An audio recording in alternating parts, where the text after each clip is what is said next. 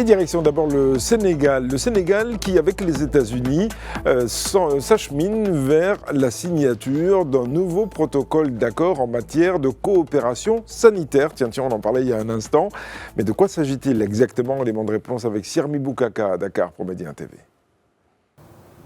Ici au Sénégal, l'actualité souligne que Dakar et Washington travaillent à la signature d'un accord bilatéral dans le domaine de la santé. Ce nouveau protocole prévu pour la seconde quinzaine de janvier 2026 vise 3 axes prioritaires dont la lutte contre les menaces des maladies infectieuses, le renforcement de la résilience, de l'autonomie du système de santé sénégalais et la consolidation de la relation diplomatique bilatérale. Pour la période 2025-2026, l'investissement américain dans les programmes de santé au Sénégal est estimé à environ 39 milliards francs CFA. Cette entente marque la reprise des investissements américains après une période de suspension de plusieurs programmes de l'USAID.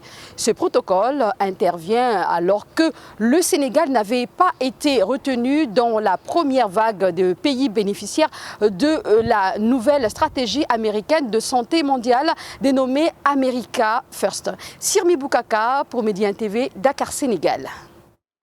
La Côte d'Ivoire annonce des investissements ciblés dans l'agro-industrie gabonaise, une phase en tout cas inédite de coopération entre les deux pays. Les précisions de Zeynep Dosso qui est à La Côte d'Ivoire annonce dans le secteur agroalimentaire gabonais, une initiative qui marque une nouvelle étape dans la coopération économique entre Abidjan et Libreville. Ces investissements concernent principalement la transformation agroalimentaire, un levier stratégique pour la création d'emplois, la valorisation des produits locaux et le renforcement de la sécurité alimentaire au Gabon. Pour la Côte d'Ivoire, l'objectif est clair, exporter son savoir-faire en agro-industrie tout en accompagnant un pays partenaire dans le développement de chaînes de valeur durables et compétitives. Les autorités ivoiriennes évoquent un partenariat gagnant-gagnant fondé sur le transfert de compétences, l'investissement productif et l'intégration économique régionale. Zeynep Dosso pour Média TV, Abidjan, Côte d'Ivoire. Au Mali, comme au Sénégal, les supporters se préparent à la grande confrontation entre leurs équipes respectives en quart de finale de la Coupe d'Afrique des Nations. Ce sera demain, coup d'envoi 17h, un match d'ailleurs qui a déjà commencé dans les esprits et aussi sur les réseaux sociaux. Mohamed Danyoko est à Rabat pour Média TV.